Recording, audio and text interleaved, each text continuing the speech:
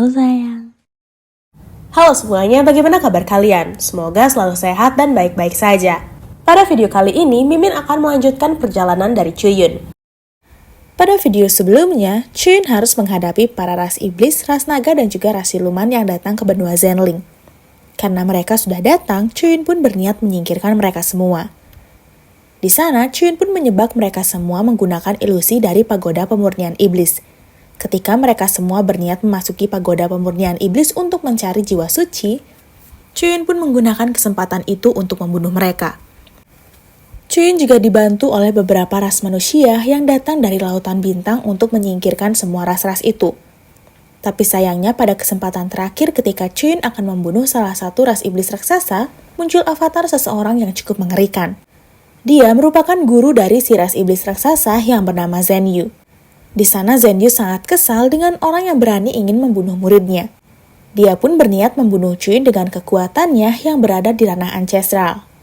Melanjutkan video sebelumnya. Tanpa ragu, Zenyu menggunakan 20 tahun kekuatannya untuk menyerang Chuyun. Dengan begini, dia yakin kalau Chuyun sudah mati. Beberapa ras manusia yang ada di sana juga menjadi sedikit khawatir. Mereka tidak bisa terima jika Chuyun bisa dikalahkan dengan mudah oleh ras iblis raksasa itu. Karena tekanan kekuatan dari Zenyu, beberapa orang bahkan harus terpental karena tidak bisa menahannya. Zenyu bahkan dengan sombongnya meremehkan Chuyun yang tidak bisa bertahan melawannya. Tapi tak lama kemudian, Chuyun muncul kembali dari kekacauan itu. Dia menjelaskan kalau memang benar dia tidak akan bisa menahan kekuatan sebesar itu jika Zenyu muncul ke tempat ini dengan wujud aslinya. Karena saat ini tubuh Zenyu hanyalah sebuah avatar, Chuyun pun merasa kalau dia tidak akan perlu menggunakan banyak kekuatannya untuk menahannya. Melihat kemunculan Chuyun membuat semua orang menjadi sedikit lega. Tapi di sisi Zenyu, dia berniat kembali menggunakan kekuatannya untuk meratakan mereka semua. Ras iblis raksasa murid Zenyu sangat senang melihat kekuatan gurunya itu. Dia yakin dengan kekuatan sebesar itu, Chuyun tidak akan mampu menahannya lagi. Chuyun dipastikan akan menderita dan juga mati di tangan gurunya. Chuyun yang menyadari kekuatan itu cukup kuat menyuruh salah satu seniornya untuk membantunya. Awalnya seniornya itu sama sekali tidak ingin turun tangan dan ingin melihat bagaimana Chuyun akan melindungi dirinya. Tapi karena semuanya sudah terlanjur, dia pun memutuskan untuk sedikit menolong Chuyun.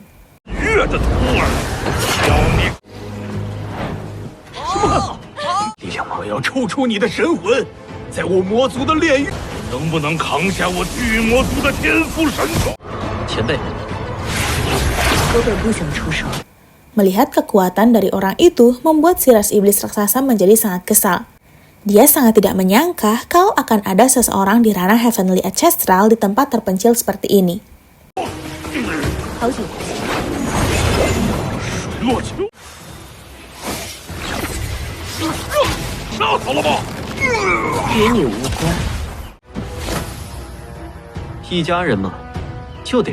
Singkat cerita, setelah menyingkirkan avatar dari Zenyu, senior yang membantu Chuyun akhirnya muncul. Dia adalah Suilokyu, leluhur bagi para umat manusia. Melihat adanya Suilokyu membuat Zenyu merasa sedikit terkejut. Dia tidak percaya kalau Suilokyu masih hidup, karena sebelumnya dia pernah mendengar rumor kalau Suilokyu sudah mati. Suilokyu sama sekali tidak peduli. Melihat avatar gurunya yang sudah gugur, si iblis raksasa berniat untuk pergi. Tapi beruntungnya, Chuyun dengan cepat berhasil memasukkan dia ke dalam lukisannya. Chuyun merasa kalau lukisannya cukup bagus karena dia berhasil menangkap beberapa kelompok ras yang ingin mengacaukan tempat ini. Di sisi ras iblis raksasa, Zenyu terlihat sangat kesal. Dia tidak menyangka kalau dirinya akan disingkirkan seperti itu. Sihun yang ada di sana sedikit meremehkan Zenyu. Dia bahkan tidak menyangka kalau ada seorang master di ranah ancestral di tempat kecil seperti itu. Zenyu mengatakan kalau orang itu merupakan Suilokyu yang merupakan leluhur para manusia dari puluhan ribu tahun yang lalu. Sihun tidak peduli dengan hal itu. Dia juga bahkan meremehkan Suilokyu dengan mengatakan kalau Suilokyu hanyalah seorang nenek tua yang diusir dari sekte bintang kuno di lautan bintang.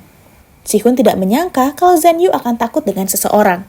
Zenyu yang tidak ingin memperlihatkan sisi memalukannya hanya bisa menjelaskan kalau dulu Suilokyu memanglah salah satu orang yang sangat ditakuti karena dia merupakan orang terkuat di ranah Sain pada masa jayanya. Namun saat ini Suilokyu yang dirinya lihat hanyalah sebuah sisa jiwa. Dengan begini, mereka pun tidak perlu takut untuk menghadapinya. Mendengar hal itu, Sihun sangat ingin mencicipi jiwa milik Suilokyu itu. Dia penasaran dengan bagaimana rasa jiwa dari seorang master di ranah Heavenly Ancestral. Di sisi Chuyun, dia berterima kasih kepada Suilokyu karena sudah membantunya. Mereka kemudian kembali keluar dari alam rahasia bintang kuno. Di luar sana, Suilokyu juga memuji Chuyun. Dia tidak menyangka kalau Chuyun bisa mengelabuhi musuhnya dan juga mengelabuhi dirinya. Siapa sangka orang seperti Chuyun bisa menipu seorang seperti Suilokyu.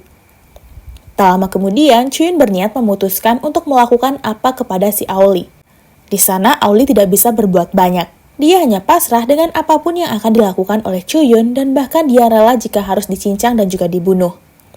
Tapi Chuyun sama sekali tidak ingin membunuhnya. Chuyun menyadari kalau Aoli memperlakukan baik semua manusia-manusia ini. Chuyun berniat memberikan sebuah imbalan kepada Aoli. Yang mana jika Aoli bersedia mengikuti Chuyun, maka dia berjanji akan membuat Aoli menjadi orang yang kuat bahkan mencapai ranah Sain. Tanpa ragu, Aoli kemudian langsung menyetujuinya. Dia bahkan mengatakan sumpah jiwa dengan Chuyun agar dirinya tidak bisa berkhianat. Chuyun sedikit terkejut dengan mengapa Aoli sangat mempercayai dirinya. Aoli kemudian menjelaskan kalau serangan tadi sudah mampu membuat dirinya percaya. Seharusnya Chuyun sebagai manusia biasa tidak akan bisa menahan serangan dari Zenyu. Karena dari apa yang sudah dirinya lihat, maka menurutnya mengikuti Chuyun bukanlah hal yang buruk. Di sana, Suilokyu memuji keputusan dari Aoli. Tapi dia juga ingin mengetahui apa yang akan dilakukan oleh Chuyun kepada manusia dari lautan bintang itu. Di sana, para manusia itu tunduk dan bersedia melakukan apapun kepada Chuyun. Melihat hal itu, Chuyun menjadi sangat kesal dan mengeluarkan sedikit tekanannya. Awalnya, Yelan sempat kebingungan dengan apa yang membuat Chuyun marah. Chuyun pun kemudian menjelaskan kalau tidak ada satu orang pun yang menyuruh mereka semua untuk berlutut.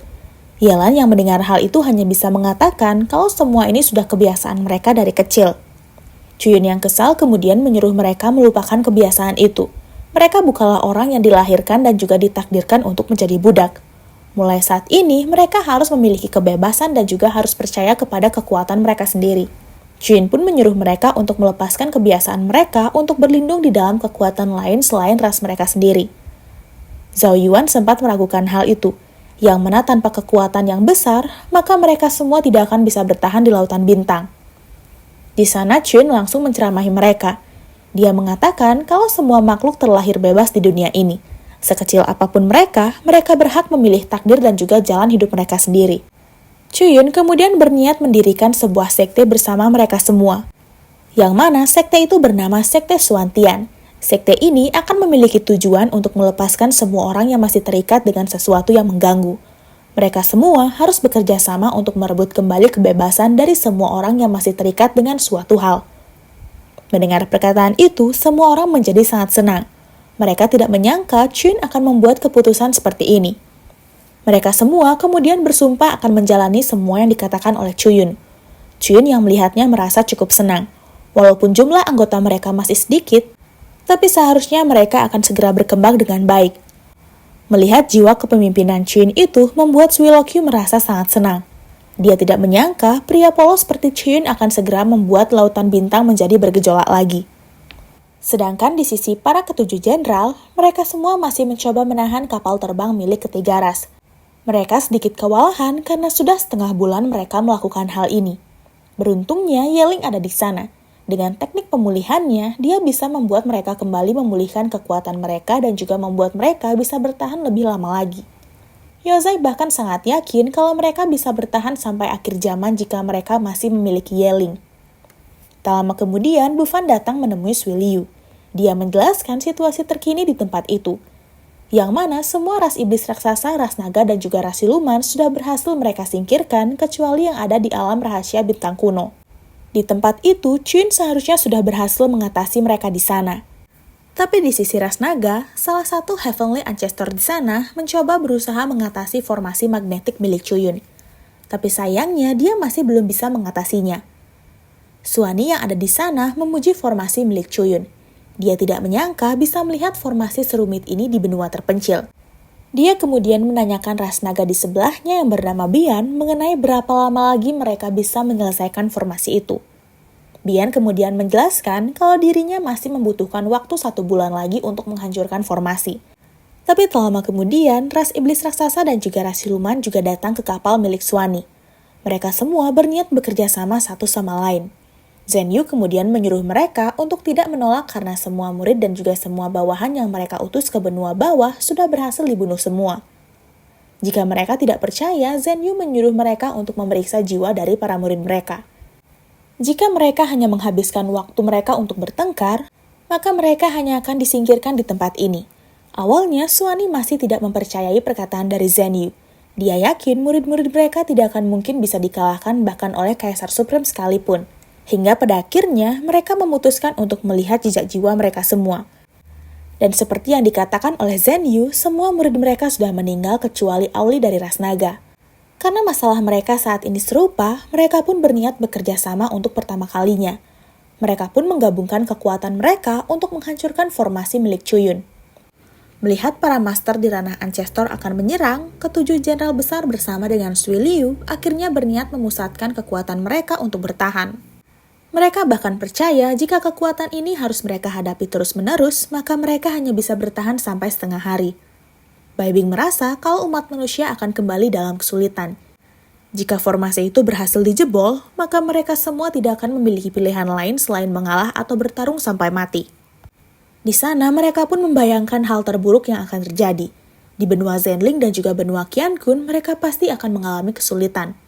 Para warga juga dipastikan akan banyak yang terbunuh karena peperangan mereka dengan ras dari Lautan Bintang. Di tengah-tengah kebingungan mereka semua, Chuyun akhirnya memunculkan batang hidungnya. Chuyun memberikan mereka satu solusi, yang mana jika mereka tidak bisa bertahan, maka mereka bisa melepaskannya. Dengan begini, mereka bisa mengurangi jumlah korban sebelum salah satu dari mereka semua tumbang. Hyozai sedikit kebingungan dengan maksud Chuyun. Yang mana tanpa formasi milik Chuyun itu, maka mereka semua tidak akan mungkin mengalahkan para Heavenly Ancestor. Chuyun tidak membiarkan semangat mereka turun. Dia menjelaskan kalau mereka seharusnya masih memiliki kartu as yang berada di ranah Heavenly Ancestor. Lagi pula menurut Chuyun, ketiga ras itu tidak akan mungkin benar-benar bersatu. Mereka pasti memiliki tujuan mereka masing-masing walaupun terlihat seperti mereka sedang bersatu. Bai Bing akhirnya menyadari rencana Chuyun. Jika Chuyun sudah melakukan semua ini, maka dia akan melakukan misi untuk menghancurkan ras mereka dari dalam. Chuyun menjelaskan jika dirinya berani membiarkan mereka masuk, maka itu berarti dia sudah memiliki cara untuk menghadapi mereka. Mereka pun akhirnya setuju dengan rencana Chuyun. Dan di sana, Chuyun pun melepaskan formasi magnetik itu. Dia sudah sangat bersedia untuk menyambut para tamu mereka yang sudah datang dari tempat yang sangat jauh. 都半个月了，也不知道扛到什么时候。